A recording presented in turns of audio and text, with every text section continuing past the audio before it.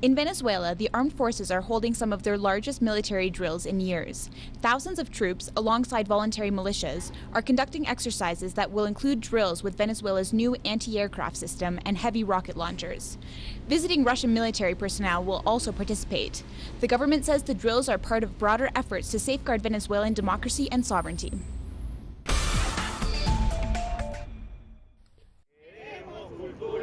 A second series of demonstrations protesting TV programming took place on Friday.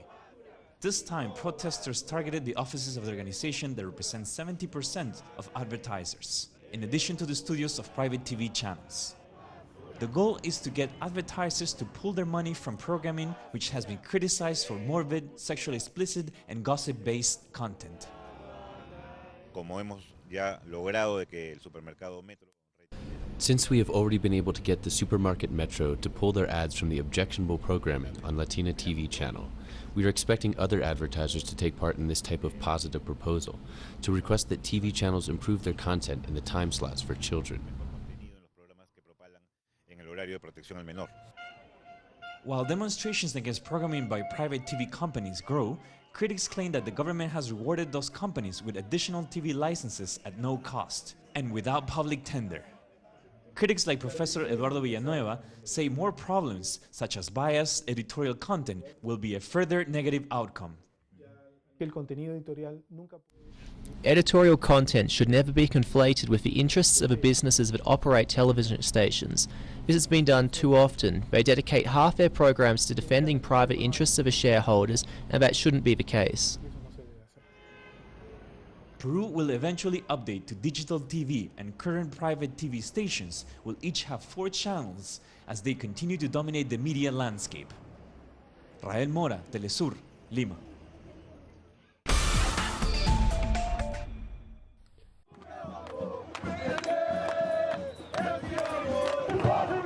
In Brazil, over 100,000 people participated in mass demonstrations throughout the country in support of President Dilma Rousseff yesterday. Marchers waved banners in defense of democracy and of the state-owned oil company Petrobras. The demonstrations in support of Rousseff come as the right-wing opposition has been organizing a series of protests for Sunday, demanding the president's impeachment. Social movements, parties, and activists joined yesterday's mobilizations, including the Landless Worker Movement, the main unions, and the governing Workers' Party.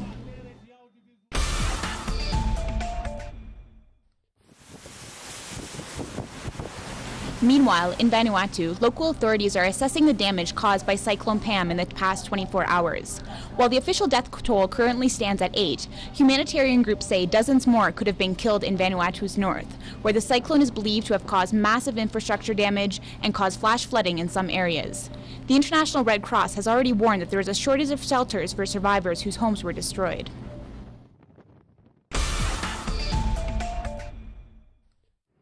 And in Mali, authorities say a man suspected of participating in a surprise gun attack last week has been killed. Last week's attack left 5 people dead in Mali's capital, Bamako, after 2 militants stormed a restaurant. One of the suspects, Mohamed Tamiru Cisse, from northern Mali, was tracked down earlier this week, but authorities said earlier today he died after sustaining injuries during a gunfight with special forces. Mali's north has been facing a wave of unrest for years, though the capital has normally been spared from violence. Every week, thousands pass through Mexico's National Movie Theater to see the latest independent movies and documentaries. This week, one film will premiere that will take the public into the lives of the classmates of the 43 disappeared Ayotzinapa students. I decided to do what I can for these people who have just suffered from these events.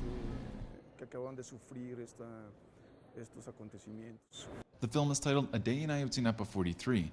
Director Rafael Rangel says he hopes the movie will provoke reflection and greater awareness of the other Mexico, the so-called Mexico from below.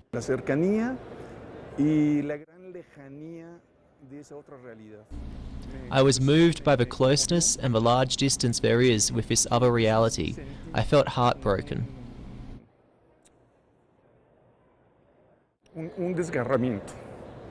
The intimate film does not portray its protagonists as mere victims, but rather plays witness to a reality that Ayotzinapa and its students are social actors that have confronted and confront some of the harshest adversaries.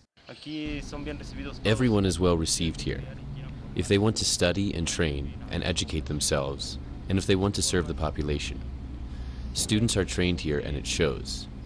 You can see that this is real education. The film seeks to amplify the voices of the families and classmates of the still missing students. Meanwhile, these same individuals have protested outside of the main studios of Mexico's private media giant Televisa, arguing that its editorial line seeks to denigrate and vilify their movement for truth and justice.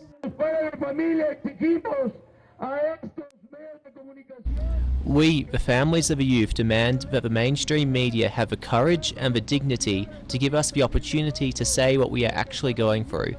We know firsthand that they are committed to the Mexican state. 5.5 months after police in Iguala Guerrero attacked and disappeared the youth, the families have announced that they will continue to make their voice heard. They are now preparing for a caravan next week to the United States to garner support from the north. Clayton Khan, teleSUR, Mexico City.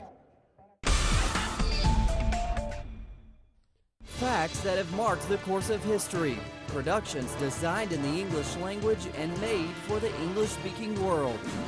This is Documentary. Watch it on telesur.net/English. teleSUR, wherever the news, you'll be there.